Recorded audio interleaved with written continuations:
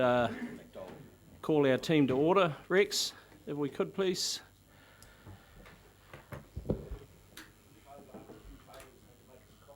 Oh, well, he's got the 4 legs at the moment as well, again.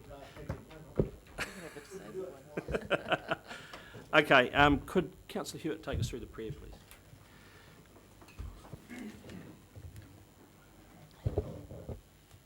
O God, our Creator, bless us as we gather here today for this meeting. Guide our minds and hearts that we will work for the good of our community and help all your people. Teach us to be generous in our outlook, courageous in face of difficulty, and wise in our decisions. We ask this grace through Christ our Lord. Amen.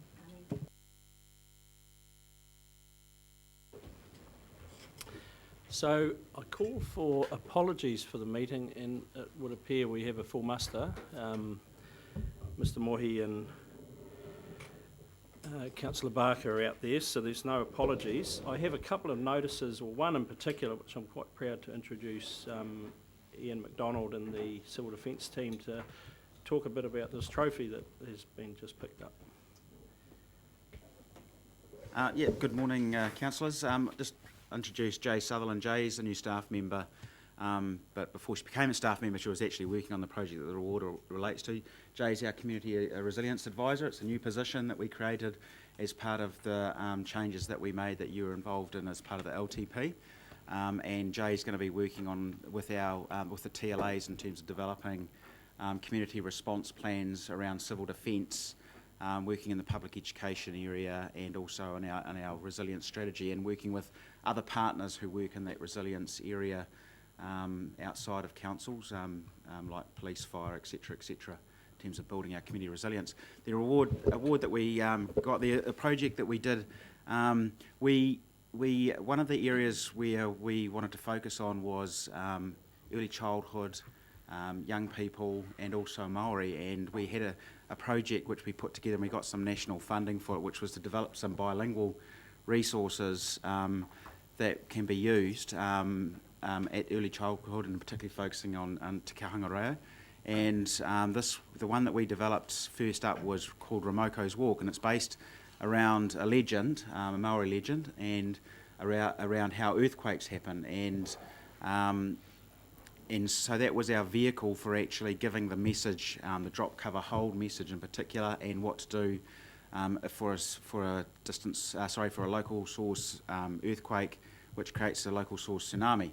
And that was put up for an award at the National Maori Language Awards and for local government, and it actually won that award. So we're quite proud of that. And I'll just let Jay just talk briefly about sort of where we're going to with the project from here.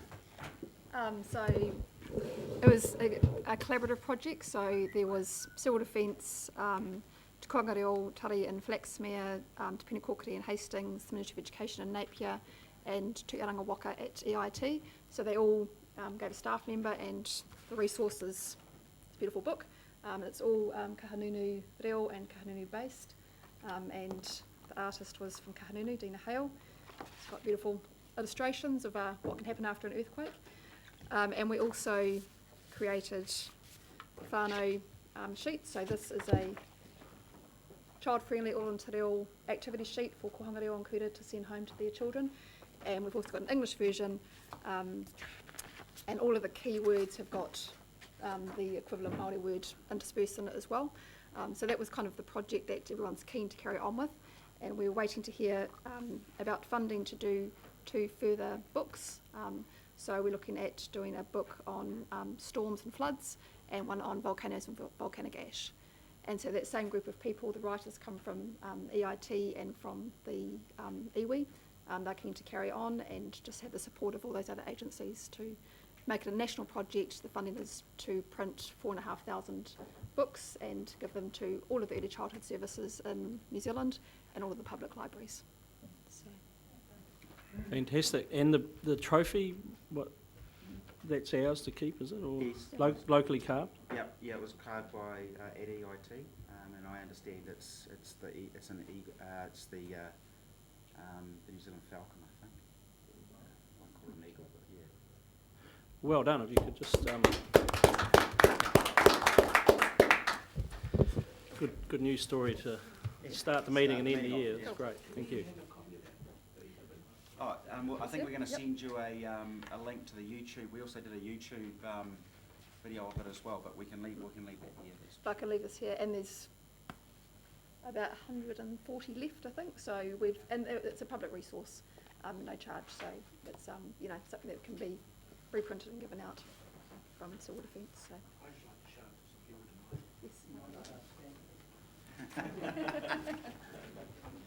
Thanks. Right. Thank you, Ian. Thanks very much. Other notices? Did you have any notices? The only other one I had was you having to leave early, perhaps, Councillor Grant. Yeah, Chair, I have a school prize giving which starts at 2 o'clock in Havelock North. I have to be seated at 2, I'm told. So you won't leave here a bit after Last lunch, one. pretty much? Yeah, but, yeah. No, not 12:30. 1:15, probably. Okay. I'm driving. Go from lunch, yeah. 12 exactly. Thank you. Okay, we'll record that. Okay, no other notices. Conflict of interest, predetermined declarations. Councillor Dick.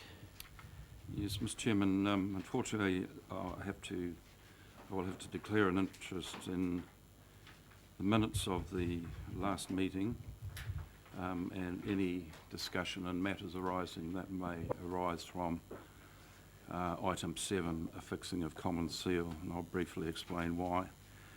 The last item there was an agreement for sale and purchase of what is described as a car park.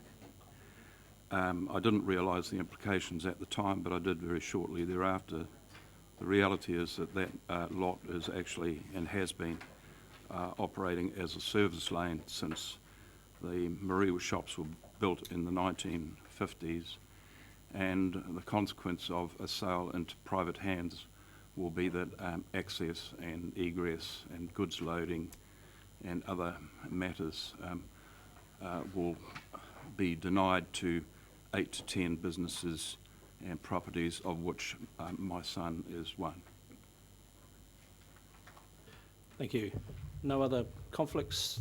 Chair, can I just, item 20 has the members' register of interest for I won't be here, and there's a mistake in mine, which could I correct now?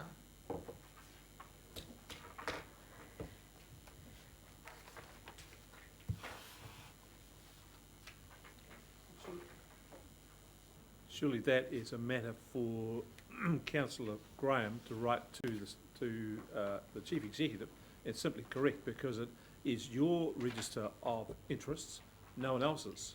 Exactly, So- but he can do it now. I would like to do it now Yeah, because it's a that's matter sure. of public interest, Yeah, sure. because I was so public about this issue. I don't own the property at 232 St George's Road, and I need to be consistent. Right.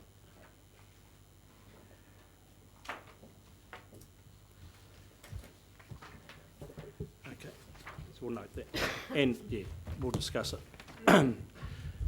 Councillor Barker is correct. I mean, these things change, you know, all over the timescale. So obviously you do need to manage it yourself and keep up. Yeah, but it's in a trust, Yeah, and that's sure. why a point of consistency.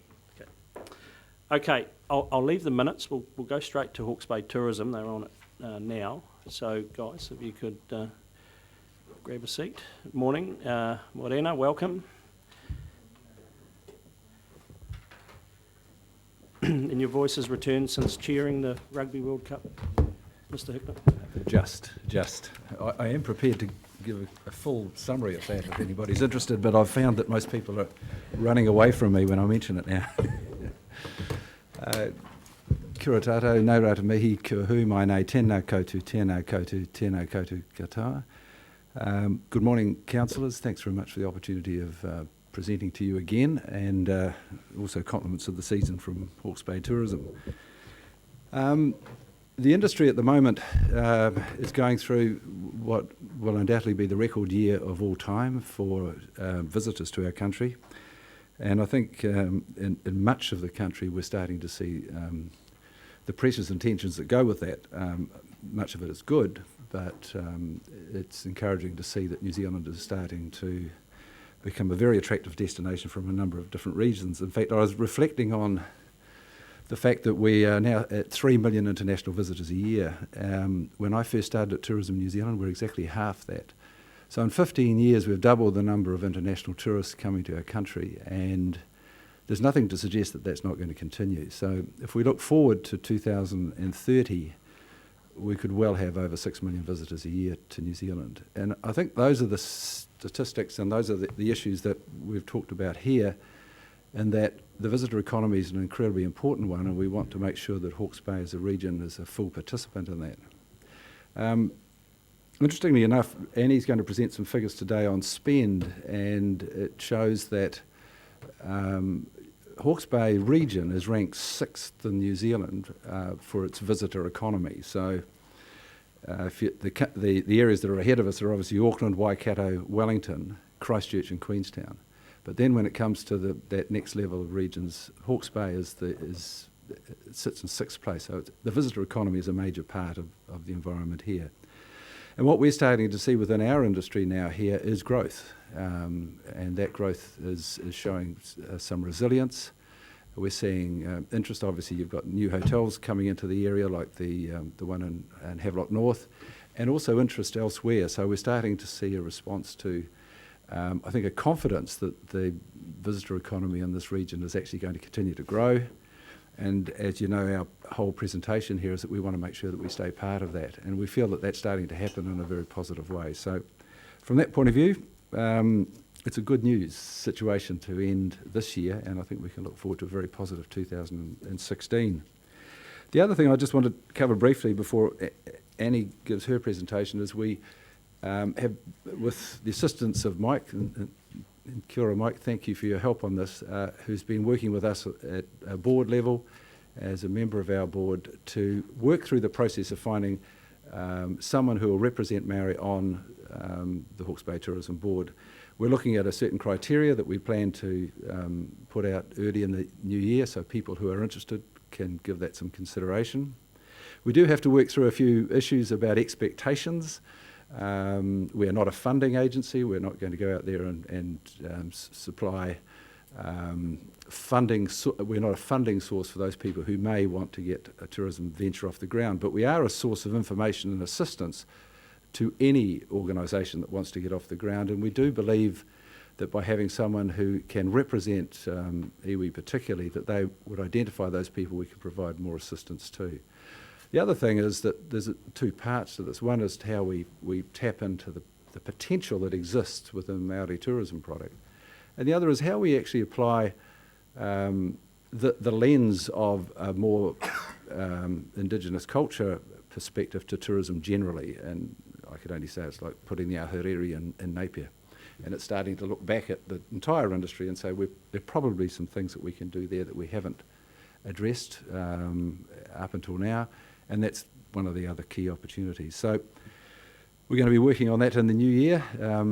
It's going to have some interesting twists and turns, but I think with Mike's help we're going to get there, and we're pretty confident that we'll get somebody who is truly representative of this sector working with us at a board level early in 2016. So with those few words, I'll hand over to you, Annie. Thank you. Kia ora everyone, and happy holidays, Merry Christmas. I've got obviously the usual bits and pieces and slides to take you through just in terms of visitor performance and a look back at the last, and what I've done, because last September we actually talked about the fourth quarter. I've kind of done a quarter one and quarter two summary, so we've kind of got a 6-month package for you, just because we're sort of running a bit behind in terms of the timing of presentations. So as George mentioned around our spend figures, now this is the MB data that was just released last week, and Hawke's Bay is now sitting at 690 million in terms of visitor expenditure into the economy, and that's made up of everything from accommodation spend, which is just over 60 million, to expenditure on other passenger transport, tourism experiences, fuel, etc.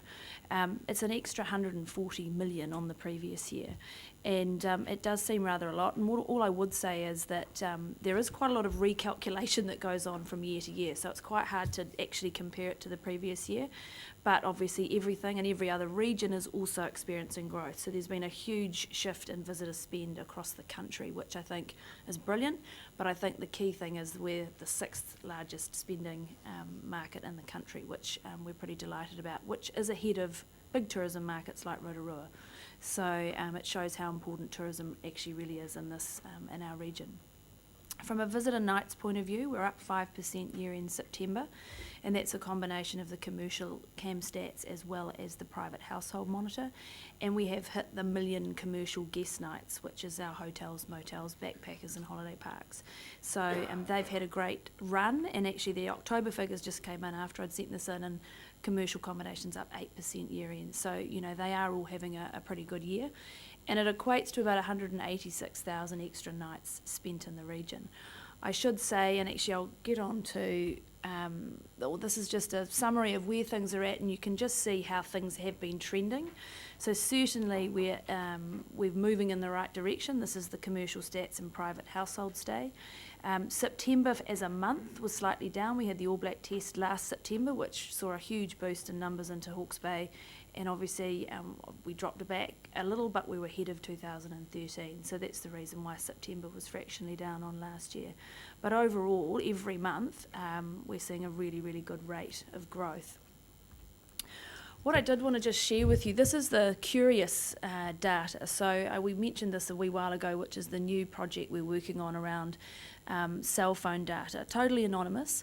And the top graph on your right, the dark blue line is those registered by cell phone coming into the region, and the light blue line underneath is the commercial accommodation data. So what it's telling us is that there are a hell of a lot more people coming into the region than are registered within our commercial accommodation stats. And what this also tells us, it's starting to pick up things like, obviously, people who are staying here and staying in Airbnb. Now, Airbnb, I don't know if anyone's probably used it overseas, but it's becoming one of the most popular ways for people to book accommodation around the world. And I jumped online yesterday, and there are 300 properties already listed in Hawke's Bay. So these are, you know, you might have a spare nice little shack out the back that you'd like to rent out for the night. Any one of you can do that tomorrow and have people coming to stay. And it's becoming a really popular way for people to travel. So this is obviously putting more pressure on our commercial operators, and it's only going to get more and more pronounced. I think the stat is with Airbnb that they've got more beds in 6 years than Hilton had in 110 years. So they are growing at an incredible rate, and people love it because they get to meet Kiwis and locals and get to experience something a little more special than a hotel room. So I guess this is our start of our Curious data. On the top left, the light blue chunk is day trip arrivals into Hawke's Bay as registered by cell phone, and underneath is the overnight arrivals into the region. So it just shows you that we do have a heck of a lot of people that come in just for the day, so we've got to work out obviously how we get them to stay if possible, and how that tracks. On the left down the bottom is the length of stay by commercial, by both, and non-commercial, and then on the right is the economic benefit data, and the green bars are obviously the ones we like the look of more. Just to explain this, how does this work? If I go and visit my parents in Hamilton and then come back, and how do you know that I'm not a visitor? We know, they know, not me. So it's registered through your origin address attached to your cell phone. So they don't know who you are, but they'll know that you're from Hawke's Bay. So you wouldn't get picked up in that data. So what we're finding with this is the first stage. So basically, Curious, they're an arm of Spark. They get 1 billion records a day. And they obviously had all this data, and they thought, well, how on earth can this be, useful? And so from a tracking point of view, and it's not a Big Brother thing because it doesn't personalise it, but it has the ability to tell us that over Easter, 40% of our people came from Parnell, Herne Bay and, Kohimarama, for example. And therefore, we can start to retarget our messaging into those areas where we know those people are coming from. Horse of the Year, and particularly around events, this is particularly brilliant data because we can really see, all the horsey little communities around the country that come to Hastings for 10 days. And but we can also see how those people move within the region and how long they stay. And the other thing that's great about this, and it's got so many uses, one of the projects they just showed us was they had a regional park, and there's some options here in Auckland, and they tracked visitor usage of that park over a certain period, and so they could see that actually from 10 to 1 there were 50 times more people than there were from X to Y, therefore they needed more rubbish collection, therefore they needed better transport, more car parking, all those sorts of things. So, you know, one of the options here, for example, with Marine Parade, it'd be great to track that usage, so therefore you build and develop tourism products in relation to what people want and need. So, you know, it's great from a transport point of view, so you can start to track how people are. Auckland's using this from a transport point of view to see the whole usage of inner city streets and highways and etc. There's lots of ways we can use this data to better inform us and create new things for people to use. Can I just... That's just their sort of brand name for it, yeah. No, Curious is actually an arm of Spark. Just a couple of things on this. We're actually the lead region on here. Sort of fortuitously, one of our board members was the project manager for this, and so we've actually been lucky enough to have most of this free, which they're going to roll it out around the country, but this has huge potential beyond us, and what we're wanting to do is get to the point where we've actually got a quality system going there, and then we plan to see how this can actually be expanded more broadly within the region. Because I think councils can actually use this for all sorts of things beyond the tourism. But it's a pretty good thing because Spark, as you know, probably have about 25% of the market. So it's a really accurate sample of what is happening, and almost puts all of the other measures that people have used to one side, I think. So just a supplementary note, and George has sort of partially covered what I wanted to know. So the sample that this data is based on is 25% of total. It's actually. Sorry, George, to correct you. No. Spark is 60% of the market, and they extrapolate this data. So there's really only Vodafone. I mean, Yeah. 2 degrees is pretty small, so it's a really accurate read on what's happening. Okay, so it's just extrapolated out Just- from the 60%. Yeah. Councillor Bevan, can you just talk into the mic? I mean, we had this issue last time. Even though it is tempting to look down here, the recorder doesn't get it apparently. Thank you. No more questions on that. It is fascinating stuff, and more will come as it evolves. But as George said, we're a test region, and what we're trying to get into is the next layer, which is really getting into where people are coming from, so we can retarget. So just actually, I do have another question on that. How far away until it becomes commercial and actually the whole country's got access to this, and you don't have any competitive early adopter benefit? Well, Rotorua and AT are using this extensively, and they're using it for a lot more than, I mean, AT particularly have invested quite heavily in the event space around this to really look at who's coming to their events, where they're coming from, and looking at how transport relates to some of that. So they're using it for multiple reasons. Rotorua's all over it, and then Curious are now kind of roaming around the country. And obviously lots of regions are saying, well, Annie, is this any good? So I'm, yes, sort of. But people will cotton on. There is a cost to it, so it is potentially cost prohibitive to some regions, but, you know, we're all into it. Will it end up being cost prohibitive to Us? To us? Bay Tourism? We've got a year's subscription for free, which is a $10,000 cost. But heading into what they do next, and I think what we're going to do is get Curious up here early in the new year to present to whomever would like to understand this a bit better about the future prospects, because I do think it's got lots of legs for councils and planning of all sorts of things, to see, well, as a region, do we want to have it for this purpose and what that costs. So but from a tourism point of view, for us, it's a great start. They have a number of levels that you can go to, and ultimately I think, you know, that they would see $50,000 packages, research packages coming out of this. So it's a commercial venture on their part, but and you decide what level you want to go to. But as a region, if there are multiple users, this could actually be pretty effective. Yeah. And we will, from January, start to have a year's worth of data, which then we've got some comparisons to be able to draw from January onwards. Right, moving on. So just some highlights. Sorry. One last question on that. Within the region, how granular can you be as to where somebody might actually wind up? There are 200 towers. So every time they use the phone, there's a tick, basically, that tracks them. Yep. You could use it into region.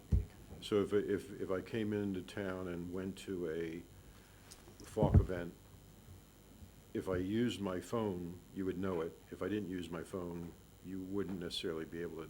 You don't have to use your phone for them to pick you up. If your phone's on, Yeah. you're being clocked.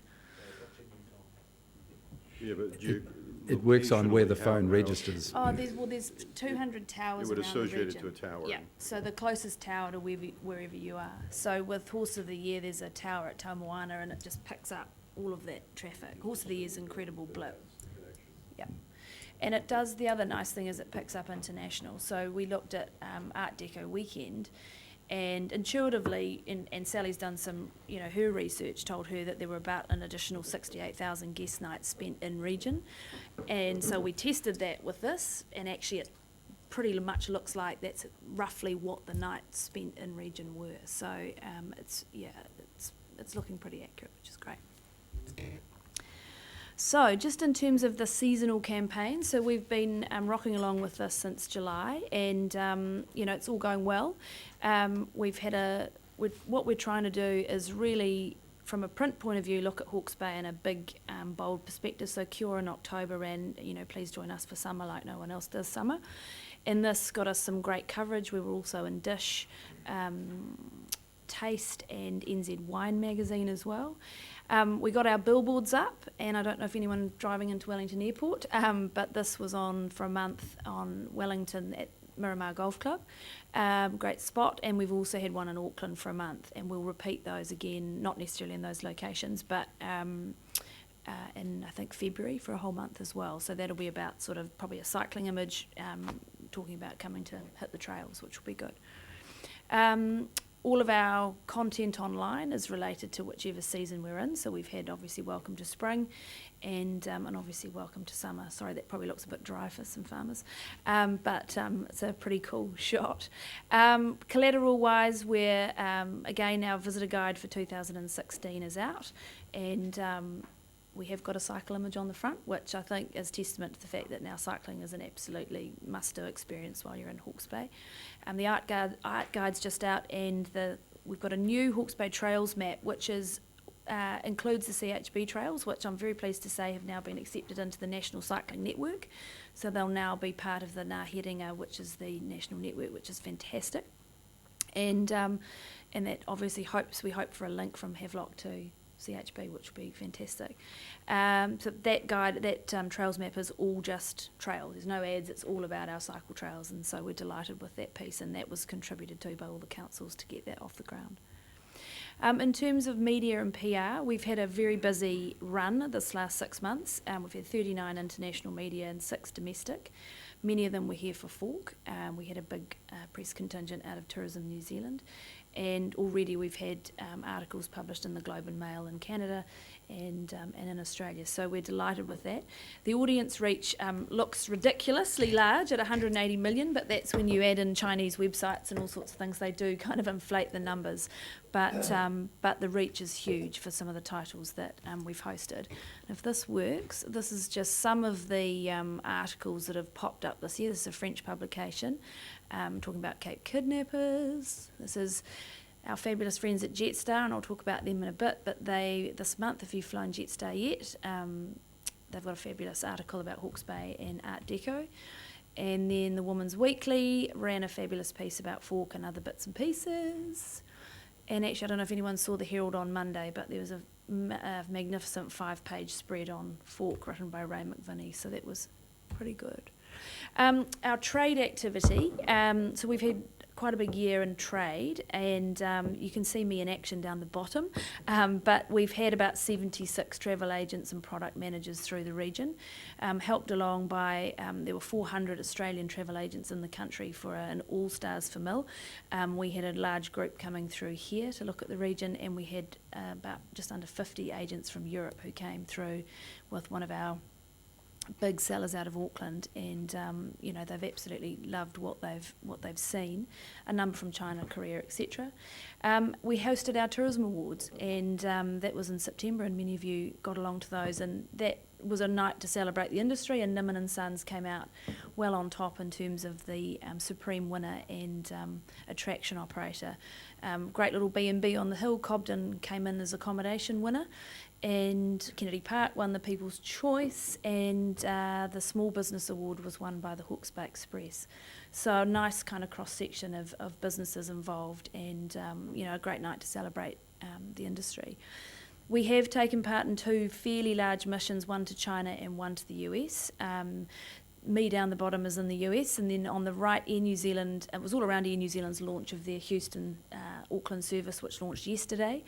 They built this massive truck with glass truck with premium seats and cuddle class in it, and so the agents all got to cuddle in cuddle class and see the new premium economy seats. But it was a great way to share, the Air New Zealand product. And if you've ever flown in America, Air New Zealand kicks every single American airline in terms of their product. So the agents were absolutely astonished at how good that was. So we were up there. We trained about 500 travel agents in Texas, which was great. One thing we have launched this year, our team have built this, the industry site. So this is where we keep all of our information for the industry. So obviously information about our funding and 10-year plan, where we have our workshops, tourism toolkits around what people need to know about how to use Facebook, etc., membership, and where our media results and things are kept. So this has been launched, and we're really going to fire up the industry tonight about using this a little more from a resource point of view, but it's now a sort of a central place where anyone can get research data and information. In terms of events, obviously the one just really to focus on at the moment is Fork. We did just under 6,000 tickets, which was up on last year, 93% sold out, and that was 75 events in 10 days and just over $220,000 in sales generated. So Fork's, it's our 4th summer Fork, and so next year we head into the 5th year, and a really important time. We're actually, after this, having a meeting with some key food and wine players in the region to look at the future of Fork and the future of food and wine around, Food Hawke's Bay no longer is here, and so we really want to understand, where Hawke's Bay sits. We believe that we should be promoting ourselves as the premium food and wine region in New Zealand, and we want to own that. I don't want to see pictures of Waiheke and Queenstown on Tourism New Zealand's food and wine promotion, and so we actually need to up the ante and the stakes in this space. And it's not all about tourism, it's obviously about, the provenance of our food and some of our smaller growers and how we, really start to profile our food and produce, etc. So that's a big discussion for us after this, and we're really looking forward to how that outcome might be. So what's around the corner? Oh, question? Yes. Thank you. Just around those statistics, you also, I think, nearly hit the 40% of out-of-towners on that particular sale of tickets. 221,000 is a bald factor what was spent on the tickets, but from those out-of-towners, you're doing an analysis of what that means in terms of money spent in the Bay, because onto that you add presumably several days accommodation and other spending? Yeah, the average length of stay, I can't think of the number off the top of my head, but about 30% stayed for a minimum of 2 nights, and then it actually went up. We will this year do that, and now we'll have the curious data as well, so we can actually see the impact of the out-of-town numbers. But yeah, we're going to get Sean Bevan to do some work on it for us. Could I give you a personal reflection? I've brought out-of-towners to this every time, and I have to do the settle up at the end, which can get messy.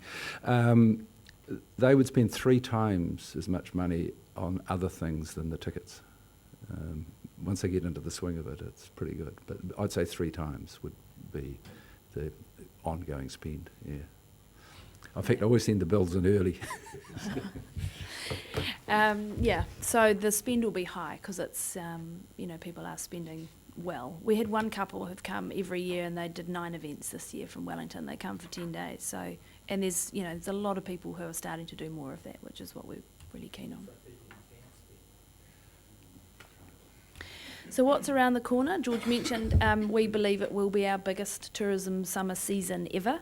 You know, things are tracking really well, and you know, talking to hoteliers, moteliers, and many of the attraction providers, they've got really good, strong advance bookings well ahead of last year, and actually right through until March and April.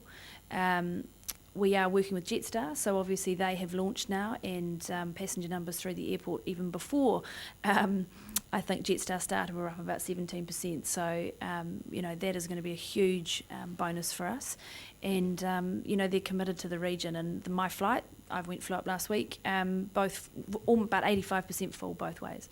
So there's a lot of people on those planes, and a lot of people who have not travelled a long time on an aircraft because of airfares.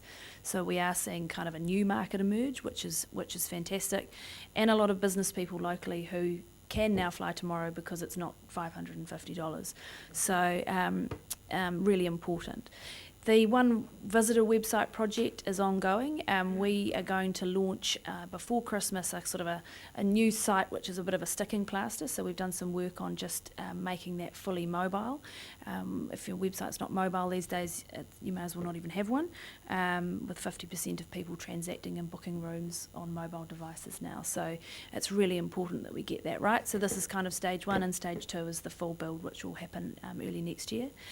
George has mentioned our work around multi-tourism development, and Mike's been and I have been out seeing a number of HAPU members, and Mike represented us at an event in Prongaho a few weeks ago, and you know, things are moving. We've obviously got our board position to sort, but yeah, there's plenty happening in that space, so we're pleased with the direction of that. The Big Easy. Just in terms of the multi-tourism, I think the secret is getting them to understand that, or tourism generally, that it can be an add-on. We've got the Komar tour, Iron Māori, and 2 of the councillors have been training secretly. Rex is one, another one training under the synonym, or whatever it's called, of Tunanui. Training very extensively in the mornings. I've been seen actually around the countryside and commented on. But I mean, to say something like that, that's only a one-day event. If we can advertise it and get them families coming a day or two either side of it, doing the cycling tracks and that sort of thing. So, and at Prongaho, there were 16 accommodation places out there, which sort of blew me away.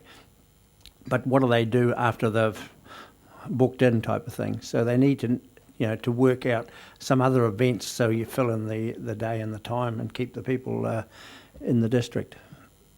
Thanks, Mike.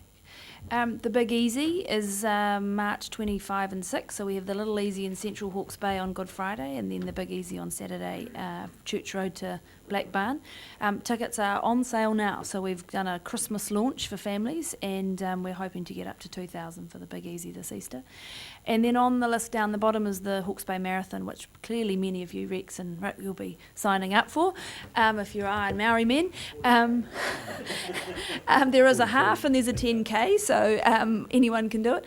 But just on the marathon, I think, you know, that is May 14, and, you know, we've been involved in that from the beginning. It's the second event to the Queenstown Marathon. The Queenstown Marathon, which Air New Zealand is the major sponsor of, they had 9,000 registrations this year, with 92% of people being from out of town, which was up from 6,000 registrations in year 1. The might of Air New Zealand's marketing really enables this to be widely marketed. We've already had 1,000 registrations, with 90% from out of town. So for us in May, that's a huge lift. It's one of our quietest tourism months, and they're a really professional outfit, and we're really looking forward to how that event's going to play out. But yeah, it's going to be a big one on our calendar for the next few years. Just before you leave that slide, I've got a question about the One Visitor website for Hawke's Bay. Do you actually physically have to build a new platform, or is there a means of conglomerating the whole lot into your existing package somehow? We have to build a new website. Yeah. So you will do that financially on your own, or are you hoping the councils will come on board? The councils, we have spoken to them. We haven't got to the dollars bit. We have budgeted for a substantial part of that. We are looking at how we manage that. So one of the changes in our team, we've never replaced our events manager, so we're actually going to put in an online experience manager to really look after this area, because to be honest, our website is going to be the most important channel that we have from a marketing point of view, and we've got to get that right. And at the moment we've got one person doing it sort of part-time, and it's just not suitable, and we would love to use the existing platform, but it's just not equipped enough to do what it needs to. And this is the problem with websites these days. They need to be actually built from mobile, so you have to build from what it looks like on that screen, and then how it obviously then translates to desktop. But the platform we've been on is only 3 years old, but it's no good. So that conversation opens up an opportunity around eyesight as well, perhaps. Yep. And I'll come clean. George and I had a bit of a chat this morning walking around the waterfront. Oh, did you? You're just testing. Yeah. No, we want the eyesight to be we want them to be our experts. We want them to be our concierge on the site. So they would be where we direct people to for booking. We're not a commercial site. We want to, share information. Oh. But the eyesight does have the ability to make people get to where they want to go faster and upsell. So they're a really important part of it. Okay. Thank you. Well, just following up that question from our chair, that it's twofold really. The one visitor website. Is your concept to have one website that people go to for all of Hawke's Bay? And if that's a yes, then get a nod from George. So how are we managing the politics of that, of Hastings and Napier? They're in. They're in. Yeah. Yep, CHB was first. They'll always be first. The interesting thing is you simply can't argue against it. It's too important. To end up. That's just tremendous. Yeah, they're all in. They Hastings also has been very, very a key part of it. There's bigger issues. Napier's been on board, but they've got more questions just around. They've obviously got an eyesight that is very important to them, that has their own website, and they do make money, and we don't want to them to lose revenue on it. So we've had to manage a bit of that, but ultimately we're the only entity with the most traffic and they're actually spending money on marketing. Seriously, so there's no point in having 12 websites to dissipate those people to, and so everyone's pretty much they're on board. Yep. No, it's good. I can't say it's not going to have its issues, but no, the intention's there, and it's a far better use of everyone's money. Yep. Yep. Right, and that's it. Merry Christmas. Thank you. Any more questions? Councillor Scott. Yes, I've got one around the existing website traffic, which is 300,000 hits, and you're aiming for 450,000 or something. But I look at the figures, and as far as I can see, there's about 1 million visitors into Hawke's Bay. If I look at the average length of stay and the fact that there were 2 million visitor nights, I would have thought the web traffic would be much, much higher than that. I would have thought that lots of even local people would have got on that website just to say, I've got people coming, what's on? Yeah, I mean, I use it when it's my a great grandchildren are question. here to try and Yeah. zero and find something I might not have found. It's for a them. really good question. I guess if you're coming in and you know Hawke's Bay well, you probably don't need to go to a, I live here, Annie, I use it. Yeah, well, I know, but if you're a kind of a regular traveller from a business point of view, or coming, I mean, I don't know, when you come up, do you use our website? See, smack. So there's a bit of that. I think we've got to offer a better mobile solution as well. So it is, you can view it on mobile, but it's not a great experience. So in websites, you lose people immediately if you don't have that. You know what it's like when you're searching stuff and it comes up and you can't even see it. Yeah, and they could be going to some of the other websites as well. So yes, you're right, numbers should be higher, and that's what we're trying to do, but you're right. Councillor Hewitt and then Councillor Bill. Thank you. I'm just wondering if you may have any influence with the Curious website, to attract some more cell phone towers along the region, along the coast particularly, and anything you could do would be gratefully received. All right. Did you have a Councillor Bell? Yeah, given that you're insisting on coming and talking to us quarterly, the Not insisting. the the metric that would most interest me, and it probably is decipherable in here somewhere, is I'm a believer in rising tide lifts all boats. And so when you talk to us about national figures of whether those are people visiting who are domestic or international arrivals or what have you, what I would like to see, we've made a big investment now, which you have sold us on the basis that we have to remain competitive to get our share of this rising tide here. That's what I want to see you doing. And so to me, the numbers that matter are not necessarily year over year on website visits or FALK tickets or what have you. It's the aggregate. It all adds up to are we maintaining or improving our market share vis-a-vis what's happening nationally. We put a big chunk of money at your disposal expressly for that purpose.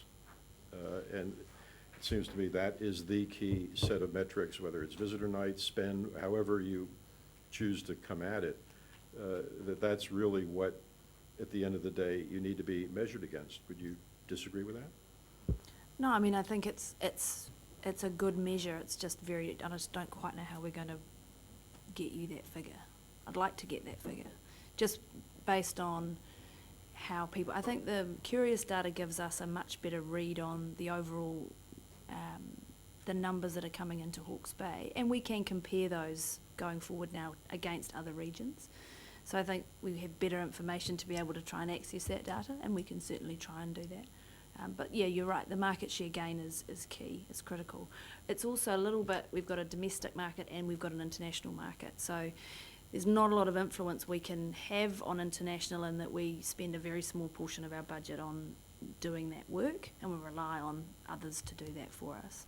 So it's really the domestic piece. But you noted you have a very active program of hosting we do, and folks, that's people all we and do. all of that. That's all we do. But there's no active, advertising or marketing in those countries. But it does seem to me there are numbers in here that say that international visitors were up 8.5%, blah blah blah, on a national scale, and how we compare to that to me is a and there are other metrics like that you could put your arms around. I guess one of the hard things with the international arrivals, because they are up substantially, but a lot of that's out of China, and we're just physically not located in the right spot to pick up that market.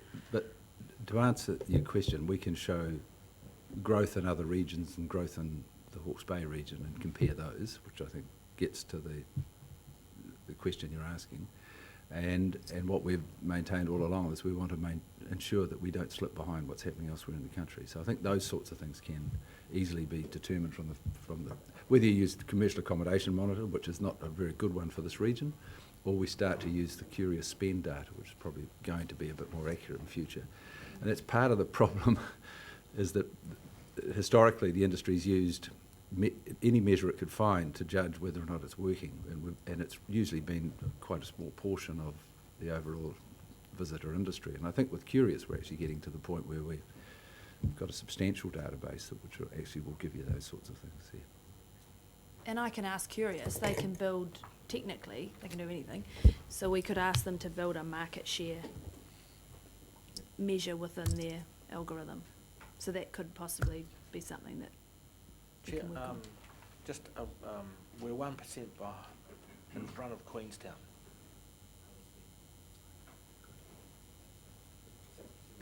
And if Frodo had a holiday down here, with your influence at Hobbiton, George, we might give the Waikato a touch-up. I think you would, actually, yeah. Well, it's phenomenal to see what's happening in terms of, that whole product. It's now, we're putting signs up on the road, fully booked. Fully booked today. It's shocking. So, over 400,000 people going to a farm. So, it would be nice to have one of them here. Well, you can work on it, George. I'll work on it from one part to the other. Yeah, pretty much. No further questions, Councillor Hewitt. You wish to move? Yeah, we have someone happy to second that. I think you wish to speak.